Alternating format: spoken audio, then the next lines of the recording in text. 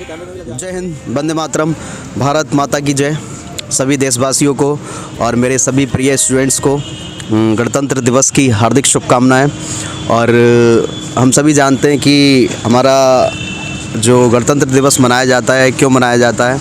हमारे देश में कानून लागू हुआ था और बहुत सारी ऐसी महान आत्माएं थीं जिन्होंने हमारे देश में, या हम कह सकते हैं हमारे देश को आज़ाद करने के लिए अपने प्राणों की आहुति दी। बहुत सारे नाम मैं जितने गिनाऊं शायद कम होंगे। महात्मा गांधी जी, जवाहरलाल नेहरू जी और भगत सिंह, सबसे सीखने को हम जिसके बारे में हम पढ़ें, जिसके बारे में जानें, उतना कम है। अगर मैं कुछ एग्जांपल दूं, जैसे हम बात करें आज़ाद भगत सिंह की, तो 12 साल की वो एज थी जिस एज में, जिस उम्र में बच्चे आजकल के खेल रहे हैं, गिल्ली डंडा खेलते हैं, क्रिकेट खेलते हैं, हम जैसे बच्चे भी खेलते हैं।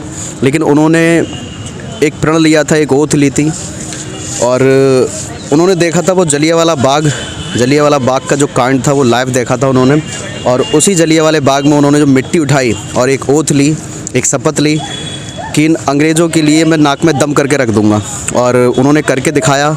तो मैं एक मैसेज जो मुझे लगता है हमारी आज की जनरेशन को सीखने के लिए, 12 साल की एज बहुत छोटी एज होती है और उस एज में उन्होंने एक ओथ ली, एक शपथ ली। हालांकि उन्होंने सारे काम किए, अपने जीवन में जो भी पढ़ाई करनी थी, सब कुछ करना था वो किया, लेकिन अपने जो फोकस था वो अपने लक्ष्य से कभी हटने नहीं दिया, अपने टारगेट से, अपने गोल से कभी हटने नहीं दिया। तो जितने भी स्टूडेंट्स मुझे देख रहे हैं, एक चीज़ तो हम लोगों को उनसे सीखनी चाहिए, कुछ सीखें ना सीखें, एक चीज़ हमें सीखनी चाहिए कि जब हम एक गोल बना लेते हैं, एक टारगेट सेट कर लेते हैं, तो चाहे कुछ भी हम कर रहे हों, लेकिन हमें अपने गोल से भटकना नहीं चाहिए। पहला पॉइंट सीखने को करूँ उनके बारे में और सीखने को, तो घर वालों ने उनकी शादी तय कर दी थी, तो घर वालों को चिट्ठी लिख के चले गए थे कि केवल घर वालों को चिट्ठी लिख के चले गए थे। इतने छोटे कारण के वजह से मैं अपने आप को बलिदान नहीं कर सकता। मैंने तो अपने बलिदान का जो क्रेडिट दे रखा है, या मैं जो कह सकते हैं कि अपना जो देश के ऊपर बलिदान करने के लिए उन्होंने अपने आप को झोंक रखा है, लगा रखा है, ठीक है। तो अगर हम बात करें, हर किसी कैरेक्टर से बहुत कुछ सीखने को है।